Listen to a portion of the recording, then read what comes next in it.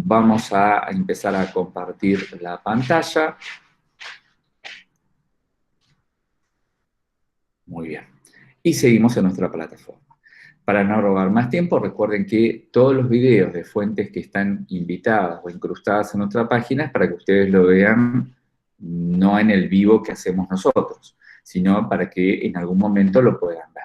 Así que acá tienen un video de los colegas de la Universidad Nacional de Córdoba, que hicieron un video sobre técnica de colocación de sonda vesical, de doble vía tipo Foley. Seguramente ustedes tienen amplia experiencia, muchos de ustedes, en colocar sin número cantidad de sondas, pero le pedimos que revisen para emprolijar la técnica, ¿sí? Eso es importante. En relación a la colocación, no vamos a hacer más explicación que invitarlos a ver el video, y cualquier duda, consulta me las hacen. Sí es importante la retirada de la sonda, porque hay tesis varias. Es decir, cuando uno dice que hay tesis varias, significa que hay discursos diferentes en cómo se puede retirar una sonda mejor que otra, ¿sí? Pregunto a la clase, ¿alguno me puede decir cómo retiran las sondas en su servicio? Digamos, ¿toman alguna precaución o directamente, bueno, desinflan el balón y se retira?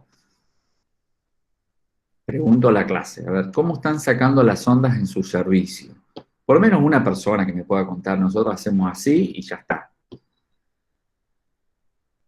Que seguramente esté bien, ¿eh? Por eso digo, hay varias formas. Yo voy a explicar una que al parecer guarda un poco más de cuidado en relación a las respuestas del paciente. Pero bueno, quiero saber, alguno que se anime a contarme cómo están. Recuerden que yo no los veo.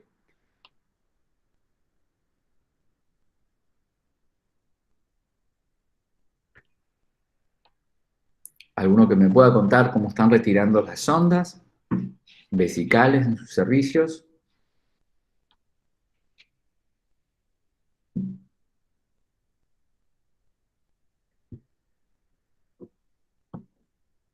¿Nadie tiene pacientes con sondas vesicales?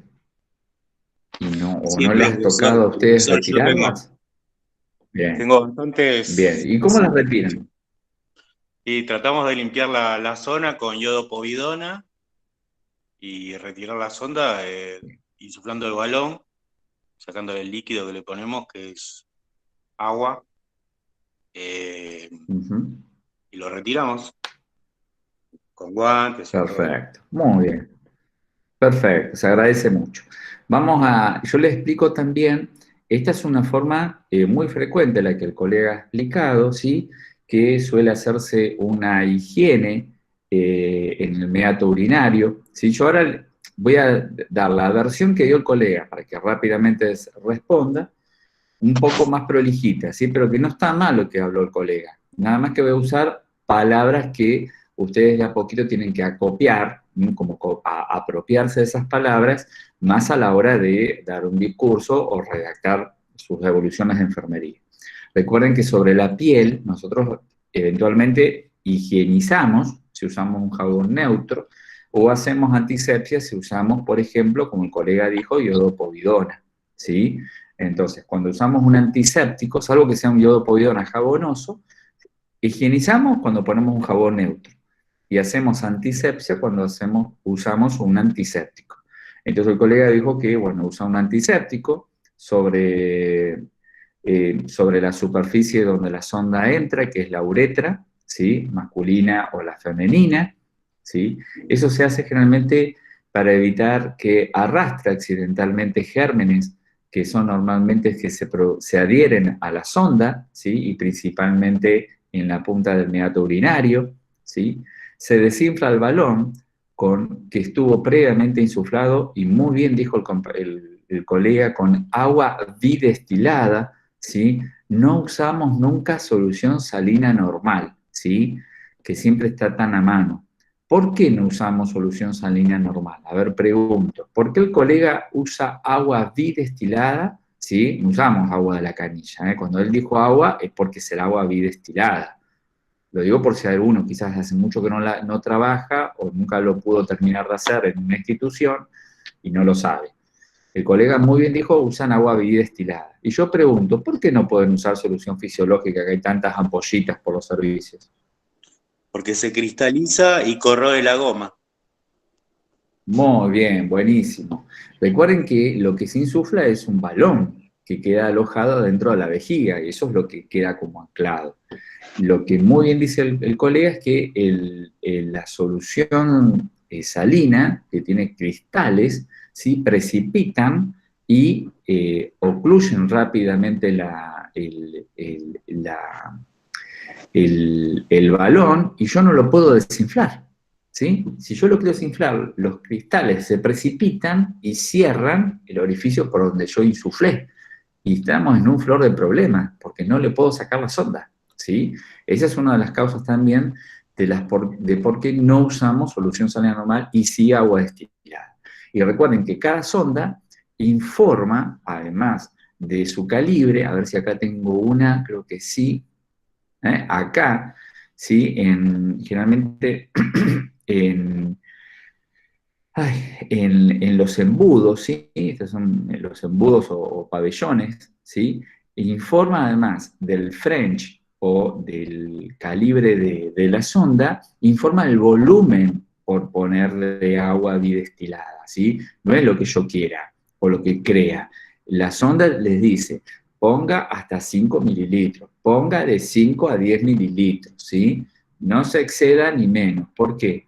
Porque eso a mí me permite que la sonda pueda quedar anclada, entre comillas, dentro de la vejiga y no se desplace, ¿sí? No se salga accidentalmente. Lo importante es saber el volumen de lo que se puso, porque es lo que yo luego tengo que rescatar antes de sacar la sonda, ¿sí? Si tiene 10 y yo saco 5 y saco la sonda, voy a lastimar toda la uretra, porque el balón sigue insuflado, ¿sí? Entonces, si no sé el volumen que le pusieron, es importante intentar varias veces sacar todo el volumen que esté al alcance de sacar. Pero muy bien la propuesta acá del colega. Otra propuesta que hay también en estudio en el sentido que se estudia, es que antes de sacar una sonda vesical, yo tengo que saber si mi paciente tiene la capacidad de eh, a ver, vamos a hacer una palabra que se entienda, de sentir, ¿sí? Que la vejiga se está llenando de orina y de tener, digamos, control sobre esa vejiga. ¿Y cómo lo puedo No hacer? sé, Bueno, lo que se propone es, sí, cuando se dígame, clampea la sonda. claro, ahí está, muchas gracias. Lo que muy bien aporta acá la colega es que lo que hacemos es clampear la sonda, ¿sí? En algún lugar del prolongador de la sonda, se clampea, se pone una gasita y arriba una pinza coger, se le avisa al paciente que nos avise cuando tenga deseos de orinar, porque la vejiga cuando tiene la sonda está todo el tiempo evacuando, entonces está chiquita. En cambio, cuando vos la clampeas a la sonda, la vejiga se empieza a llenar de orina. Y generalmente en los 150, 200 mililitros de orina ya aparece el deseo de miccionar. Uno dice, ay, tengo ganas de ir al baño un ratito.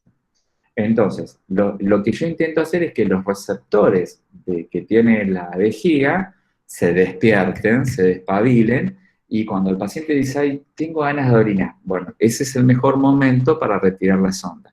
Obviamente hay que estar atento, que si pasan 2 horas y el paciente no me dice nada, ¿sí? Bueno, tengo que hablar con el médico y decir, mira, sabes que dejé clampeado al paciente 2 horitas y sigue sin decirme si tiene o no deseos, ¿sí? Porque voy a estar sacando una sonda y hay un paciente que no va a tener contención de la orina o va a ser globovesical, ¿sí? Entonces, esa es otra forma que tenemos cuando tenemos el tiempo para poder hacerlo de esa manera, clampear la sonda, avisar al paciente y recordar que a las 2 horas ya tiene que haber aparecido la necesidad de orinar. Cuando el paciente dice, ¿sabes que ya tengo ganas de orinar? Buenísimo, desclampeamos la sonda, vaciamos la vejiga y se retira la sonda como muy bien dijo el colega antes, ¿sí? Y siempre se informa que después de la retirada es muy normal que haya disuria, ¿sí? Es decir, le vamos a decir al paciente, mire, es normal que ahora que a usted le sacamos la sonda, las primeras micciones espontáneas que usted vaya a tener van a ser un poquito dolorosas, con ardor, con molestia, ¿sí? Y no se asuste si viene con teñido de rosado, porque puede haber algunos glóbulos rojos ahí. Recuerden que una sonda que haya estado algún tiempo, o hasta cuando se retira, no deja de lastimar la uretra. Entonces, la hematuria, que es la presencia de sangre en la orina, que puede ser micro o macro, generalmente es macro porque se deja ver, micro no la ves, es una constante. Entonces uno le avisa, no se asuste, avíseme, pero no se asuste, ¿sí? Pues yo tengo que ver qué cuánta hematuria hay o cuántas veces dice que todo le duele y le molesta, ¿sí? Entonces, esas son cosas que uno tiene que decirle al paciente, no solamente sacar y chao, no, explicar que todo lo que va a pasar después porque el paciente no sabe, ¿sí?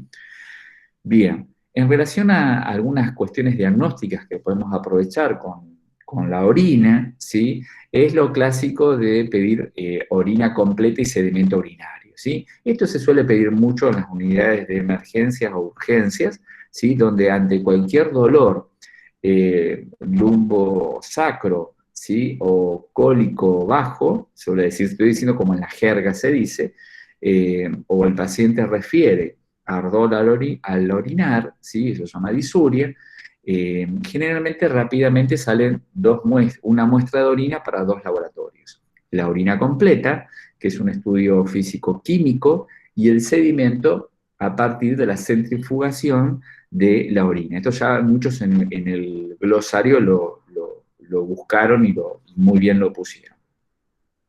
Se necesita solamente un frasco de recolección de orina, limpio y seco, a rosca, no hace falta que sea estéril. Lo que se determina son las condiciones físico-químicas, como recién decíamos, y lo que uno más le está detrás es la microscopía o el sedimento urinario. ¿Por qué? Porque todo aquello que inflama por inflamación permite, por ejemplo, ¿sí? La fuga de proteínas, entonces tengo proteinuria, ¿sí? Normalmente no tengo, ¿sí? O es muy poquito lo que hay a lo largo de 24 horas. En una micción no la puedo detectar, la proteinuria, ¿sí? Fíjense cómo termina para hablar de orina.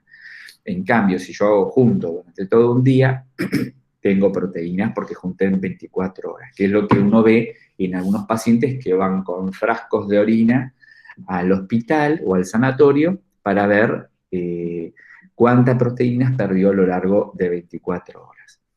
También puede aparecer la glucosa, ¿sí? Digamos, todo son moléculas, macromoléculas, que cuando los capilares de las nefronas o de los tejidos de la vejiga, por ejemplo, y desencadena una cistitis después, se inflaman, se agrandan los capilares y fugan proteínas, por ejemplo, o hidratos de carbono como la glucosa. Entonces, normalmente no debieran aparecer, pero altera su química a partir de una infección. Y el sedimento urinario está empujado, digamos, se vuelve positivo en la medida que aumenta el caudal de presencia de glóbulos blancos, rojos y células epiteliales y cilindros principalmente. Lo que más miro del sedimento urinario es la presencia de glóbulos blancos, ¿sí? Leucocitos, que normalmente están, fíjense en qué dice, lo normal es que haya o ninguno o dos, o ninguno o cinco de los blancos por campo de observación. Esto 40X es un tecnicismo de los microscopios. Nada más con que ustedes recuerden, por campo, ¿sí? Por campo de observación, eso es una cuestión técnica, donde uno mira una partecita del campo y dice, bueno, en este campo hay una célula blanca y una roja. Bueno, es normal, porque puede haber de 0 a 5. En cambio, si yo digo, uy, hay 9 células blancas y 4 rojas, bueno, eso es indicio no de infección, es indicio de que hay un proceso inflamatorio. Y generalmente lo que promueve la inflamación son las infecciones. Por eso la importancia del sedimento. Si tengo un sedimento positivo, se dice, ¿sí? Y la clínica acompaña, generalmente el paciente va a empezar una antibiótico-terapia. Pero antes de la antibiótico-terapia, ¿qué se le suele pedir al paciente antes de iniciar el antibiótico-terapia para una infección urinaria? Le hice la orina completa, le hice el sedimento, me viene positivo y digo, bueno, es hora de empezar los antibióticos, pero antes yo necesito tener constancia de la infección. ¿Un Entonces, urocultivo? ¿qué estudio se le hace al ¿Un paciente urocultivo? previo? Muy bien, se toma el urocultivo, perfecto. Hacemos el urocultivo y después empieza el consumo de antibióticos. Recuerden que los antibióticos rápidamente son excretados por el hígado y el riñón. Entonces, si yo me tomo un antibiótico y después me hago el urocultivo, los gérmenes en esa orina van a aparecer negativos, aunque yo mantenga la infección latente. Algo que a veces podemos tener en los servicios, yo siempre tuve la suerte de que en los servicios donde yo trabajaba teníamos, son tiras reactivas que permiten monitorizar rápidamente, en menos de un minuto, ¿sí? Tienen varios nombres, ¿eh? Acá yo le puse el Urianalysis Mission, que en Mercado Libre hasta hace una semana salía 2.500 pesos, que tienen 100 tiras reactivas. A veces uno puede decir, bueno, es barato, es caro, bueno, para una organización esto no es nada. Rápidamente te da cuestiones físico-químicas de la orina, te dice el pH, la densidad, si hay proteínas, si hay glucosa, si hay cetonas, ¿sí? Digamos, si hay sangre, uno pone esa tirita reactiva sumergida en la orina, unos segundos, saca y al minuto lee comparando con acá los colores que están en el frasquito y según el cambio de colores te dice cuánto hay de cada cuestión física o química de la orina, ¿sí? En mi época teníamos una marca que era, bueno, era importada, se llamaba Multistick, ¿sí? Son todas las mismas, lo que cambian son los nombres, son tiras reactivas como las que tenemos para el control de glucemia, las tenemos también para la física y la química de la orina a pie de cama del paciente, ¿sí? Acá no hay que ir a ningún laboratorio. Muy bien, ¿ven? Acá tenemos la tirita y todo lo que vos podés evaluar es la presencia de leucocitos, de nitritos, urobilinógenos, todo va aumentando en la medida que tenemos insuficiencia hepática, proteínas, pH, sangre, densidad, cetonas, un paciente diabético, bilirrubina, glucosa también en el paciente diabético, ¿sí? Es una primera impresión rápida que podés tener físico-química de el paciente en tanto su excreción urinaria. Muy bien. Hoy solamente vamos a ver lo de orina, que yo le dije que es lo que más le presto atención. La parte de eliminación intestinal queda para autoaprendizaje, donde tienen que leer. No es mucho, es principalmente el problema de la diarrea aguda y que hasta ahí nomás, porque es un tema que ustedes no tienen que ver, porque es un tema de primer año, segundo cuatrimestre, pero sí el tema de las enemas, saber de qué se trata ni nada más. Bueno, acá dice importante aclarar, siempre en las evoluciones de enfermería, si la hematuria es micro o macro, ¿no? Y si hay aparición de leucocitos que se dice piuria. Esto hay que informarlo en la evolución de enfermería y obviamente al equipo. Puede hacerse un ionograma urinario, ¿sí? Esto ya se necesita llevar al laboratorio, se toma una muestra de orina y se envía y se conoce el ionograma, ¿sí? Al igual que en la sangre, puedo conocer la concentración de sodio, potasio y cloro, ¿sí? Porque también se pierden normalmente por la orina, habíamos dicho que el 90% del potasio lo pierdo por ahí, entonces a veces hay que estar atento a ver si estamos perdiendo correctamente o si hay un déficit en su pérdida, por ejemplo, de potasio, estaría diciendo, ojo, que estos riñones no están funcionando correctamente. En relación a las infecciones urinarias, ¿sí? O infecciones del tracto urinario, es donde entra el tema del urocultivo, ¿sí? Acá están explicadas las técnicas, tanto cuando se hacen en atención ambulatoria, como cuando el paciente está internado y tiene sonda vesical. A eso lo vamos a ver. Esto es cortito. Es cortito en el sentido que, ¿qué es lo que quiero que ustedes vean? Porque todas estas tablas que están acá no es para estudiar, es para que tengan idea de dónde salen algunas palabras. La gran mayoría de las infecciones del tracto urinario en el adulto mayor, que no está hospitalizado, no está institucionalizado, están causados por una bacteria que es muy frecuente, que es la Escherichia coli, ¿sí? Es la más frecuente, ¿sí? Y que hace generalmente a problemas de hábito de cómo higienizamos nosotros, cada uno en su casa, ¿sí? La Escherichia coli es una bacteria que predomina en el tracto gastrointestinal, es decir, y sale por materia fecal, o está perianal. Entonces, si hay una inadecuada higiene del meato urinario en la mujer o en el hombre, estas bacterias migran por la uretra y desencadenan infecciones bajas o altas, ¿sí? Sin embargo, la presencia de algunas anomalías, digamos, si hay malformaciones, pueden promover, ¿sí?, otro tipo de infecciones, o bien si el paciente está sondado o está instrumentalizada, por ejemplo, tiene una vesicostomía, vesico es vejiga, ostomía exteriorización al exterior, son pacientes que tienen un orificio, ¿sí? Que comunica la vejiga con el exterior, entonces el paciente orina desde la vejiga directamente, ¿sí? Es una especie de colostomía, pero de la vesícula, de la vejiga.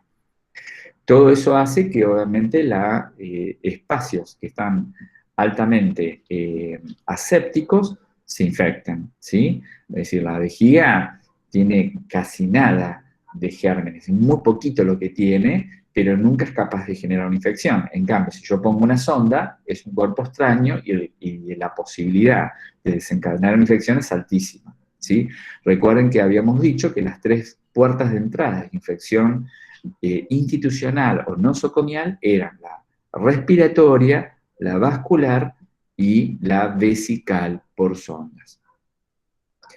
El comienzo de la sintomatología de las infecciones urinarias en general generalmente comprende la disuria, ¿sí? Recuerden que todo lo que empieza con dis como prefijo es dificultad, dolor y molestia, es decir, hay dolor, molestias al orinar, ardor, hay un aumento de la frecuencia miccional con volúmenes pequeños, eso se llama polaquiuria, ¿sí? Que es el paciente que muy frecuentemente va al baño, micciona poquitos volúmenes y al rato otra vez tiene ganas de ir al baño. Se llama polaquiuria. Urgencia miccional, el paciente dice, tengo ganas de orinar, ya. ¿Sí? No es que dice, ay, tengo ganas de orinar, bueno, aguanto un ratito. No, ya, es urgencia lo que tiene. Hematuria, la presencia puede ser macro o micro, de hematíes en la orina, dolor abdominal en el hemiabdomen inferior, ¿sí? Y también lumbar, ¿sí? Van a ver que una de las técnicas que tiene el médico de contemplar el dolor lumbosacro, que es muy frecuente cuando es positivo, es porque tenés una infección renal alta, que compromete a los riñones, es la puño-percusión. Ven que agarran el puño y hacen así a nivel lumbar, al costadito de las lumbares. ¿Vieron alguna vez eso? Bien, eso cuando duele, ese dolor es porque la infección es alta, digamos, está puesta en los riñones. Y es baja cuando afecta la vejiga y la uretra. Muy bien.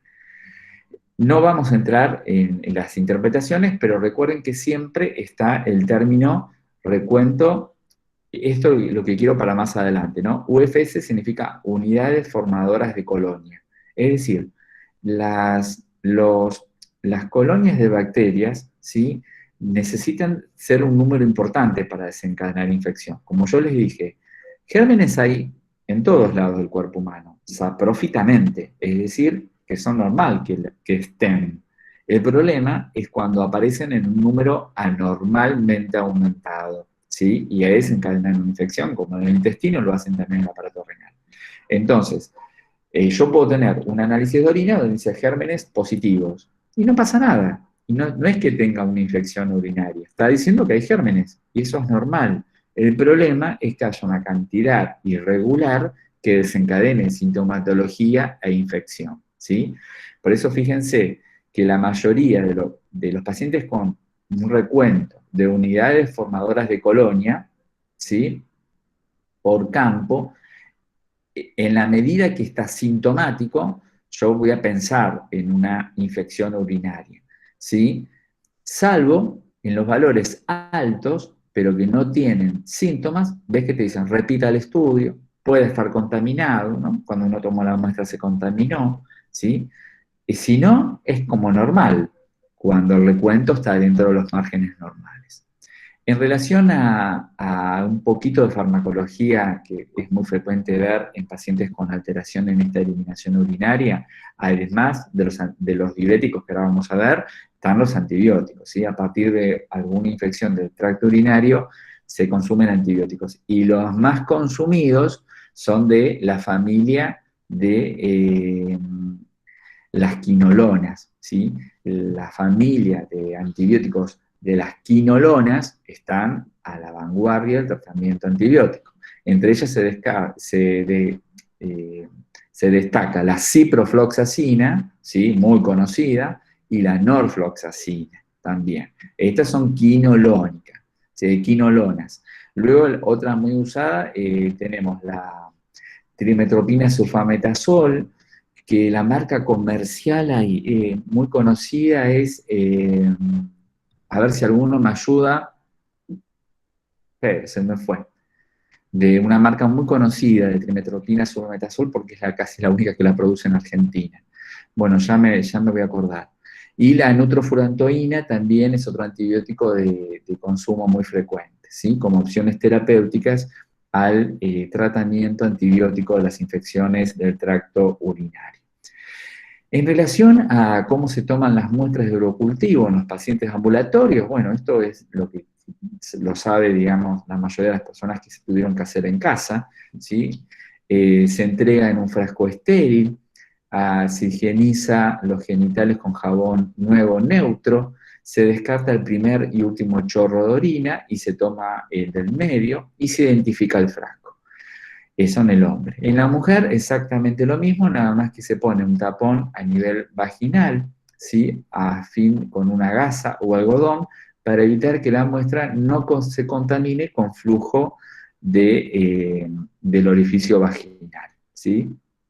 Y la muestra salga lo menos contaminada posible. En pacientes internados, ¿sí? Sin sonda vesical, es igual a lo anterior, nada más que ya el jabón no es neutro, sino es antiséptico, ¿sí? Porque siempre consideramos que el paciente institucionalizado ya empieza a tener una colonización mucho más importante que la del paciente ambulatorio, entonces usamos jabón antiséptico. Las muestras no deben permanecer más de 2 horas a temperatura ambiente, no es que yo saco el cultivo y lo dejo ahí esperando que alguien se digne llevarlo, ¿sí? O lo lleva el enfermero o lo lleva el médico, alguno lo tiene que llevar, ¿sí? No puede estar más de 2 horas ambientes y eventualmente se puede refrigerar, pero no congelar, ¿sí? Y no pueden estar más de 24 horas refrigeradas. Recuerden que estas muestras no van en la misma heladera donde guardo la medicación. Si el paciente tuviera sonda vesical, bueno, ya hay 2 premisas. Hay lugares donde retiran la sonda y vuelven a colocar una nueva. Eso no está muy aconsejado porque los gérmenes que se formaron, que quedaron atrapados alrededor de la sonda y toda la uretra, cuando yo saco la sonda y vuelvo a poner una nueva, la sonda nueva arrastra todos esos gérmenes, entonces ya inmediatamente contamina la muestra por tomar. Entonces no es recomendable cambiar la sonda para tomar una muestra. Sí puede pasar que si a mí me dicen, a este paciente le colocamos una sonda vesical por primera vez y ahí sí aprovechamos a tomar una muestra, eso está bien. Si el paciente ya tiene la sonda, lo que se suele hacer es decontaminar con yodo, con solución iodada, el pabellón o el embudo, ¿sí? Todo esto está conectadito al prolongador, y lo que hago es pinzo el prolongador que va a la bolsa colectora, dejo pasar 1 o 2 horitas, decontamino esta porción del embudo donde está conectado el prolongador, siempre hay una parte que ya el prolongador no llega, ¿sí? Decontamino, dejo secar, luego uso alcohol al 70%, dejo secar y con guantes estériles y gasas estériles me pasan una jeringa de 5 mililitros con una aguja de las más pequeñitas, que son las mosquito o inyección subcutánea G30, ¿sí? Que tienen el conito amarillo, perforo cuidadosamente el embudo y aspiro y tomo la muestra que deposito en un frasco estéril, ¿sí? Pero recuerden usar la aguja más pequeña, no una endovenosa, sino la G30, que es la más pequeñita, porque rápidamente, cuando yo retire la aguja, ¿sí? La silicona del embudo se achica, ¿sí? Y permite que no entre aire de afuera y no contamine la sonda, que obviamente se trata que eso se evite, ¿sí? Muy bien. Acá estaba un poquito en relación a las infecciones, ¿sí? Del tracto, de lo que significa la bactenuria asintomática, infecciones bajas o cistitis, altas o pielonefritis, que son las renales, ¿sí? Esto no sé, nada más recuerden esto lo que es el tracto alto y bajo, ¿sí? Después esto complicada y no complicada, no entren en eso porque eso es mucho para este momento. Para terminar, las alteraciones en la producción de la orina y alteraciones en la eliminación, ¿sí? Porque una cosa es que el problema esté en producir la orina y otro problema es que sea eliminarla. En relación a la producción, es cuando, y esto ya tuvimos un acercamiento, Cuando yo calculaba el ritmo diurético, se acuerdan que eso lo vimos y eso se evalúa, ojo, teníamos problemas que o producíamos mucha más orina de la normal, poliuria, poca oliguria, poco tirando a poquísimo oligoanuria y anuria, ¿sí? Recuerden que esto salía ¿de dónde? Del cálculo del ritmo diurético, ¿sí? Para decir yo que un paciente tenía oliguria, tiene que tener un ritmo diurético menor a cuánto, pregunto a la clase. Ya termino y ya los dejo. ¿Cuánto es el ritmo diurético menor a cuánto para que yo diga que un paciente ya empieza a tener oliguria?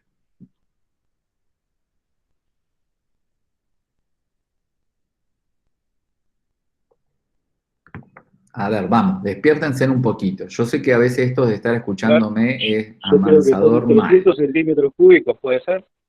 Menos de 300 Menor a centímetros 50. cúbicos. Recuerden que estamos hablando de ritmo diurético, no de orina en 24 horas, ¿sí? El ritmo diurético es bien específico, es como hilar finito, ¿sí?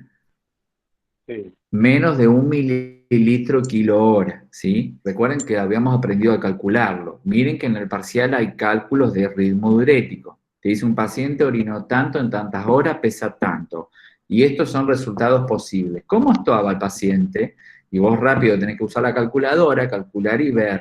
Y que no solamente el número esté bien, sino que te diga que, por ejemplo, si yo te pongo un cálculo que dice que el paciente tiene 0,8 litros kilo hora, el paciente está oligúrico.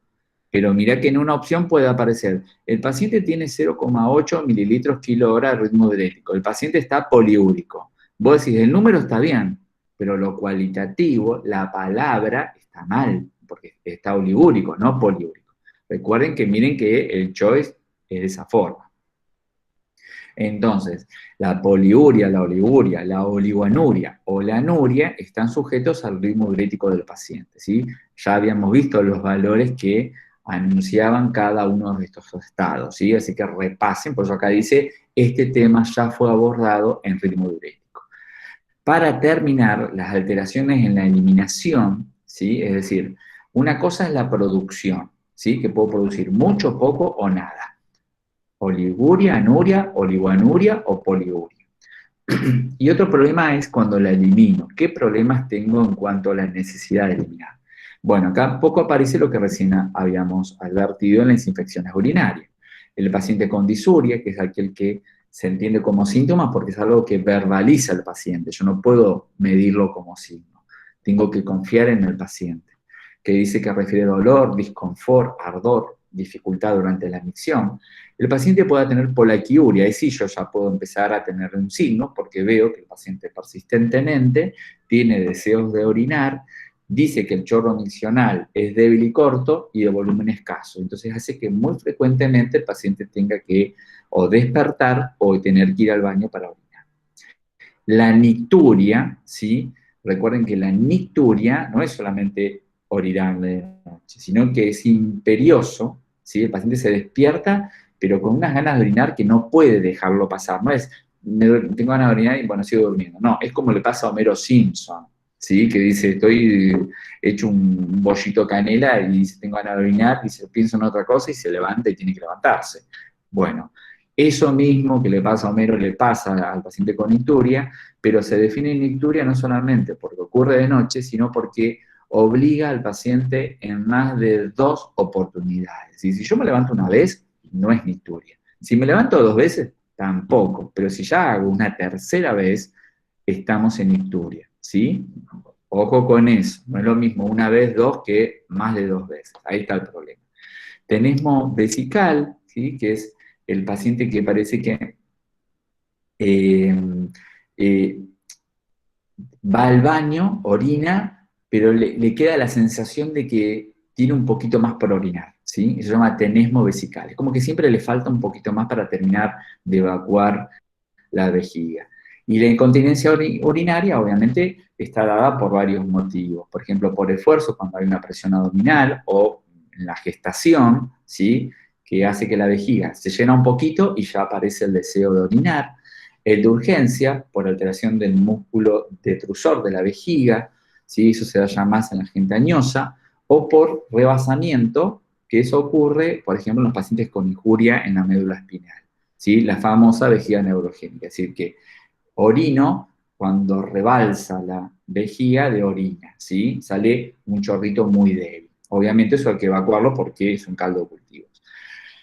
Con esto ya terminamos la farmacología aplicada, ¿sí? Yo les dije que quedaba el capítulo chiquitito de diuréticos. Fíjense que tenemos fármacos, vamos a ir a lo que más vemos. Diuréticos de asa, ¿sí? ¿Se acuerdan que la importancia de entender a la nefrona como esa unidad funcional es porque era ese riñón expresado en pequeña cantidad de tejido? Y yo les dije, fíjense, en estas porciones actúan los diuréticos. Diuréticos de asa, tenemos la furosemida, que todos la conocemos, que es la acción rápida, ¿sí? Tan rápida empieza, también rápido se va el efecto. Es de la familia de las sulfamidas, ¿sí? Esta es como de qué familia sos y este es tu apellido, ¿sí? Si yo soy, no sé, voy a decir cualquier cosa, ¿no? Soy de Capital Federal y mi apellido es la subfamilia. Entonces, los diuréticos de asa significa que están actuando sobre las asas de la nefrona, y la familia que más usamos tenemos las sulfamidas, y de la sulfamida la furosemida, ¿sí? Muy bien. Luego hay fármacos que actúan en el túbulo distal, que eso también es parte del sistema de nefrona, y tenemos diuréticos tiacídicos. Y los diuréticos tiacídicos, el más consumido es la hidroclorotiazida. Estos, por ejemplo, actúan muy lentamente, pero el efecto es más prolongado, ¿sí? Eso A lo diferencia de usan la para furosemida, bajar que la rápido presión, la profe. tomo o me la inyectan. Generalmente lo que se combina con los antihipertensivos, cuando el paciente está estabilizado.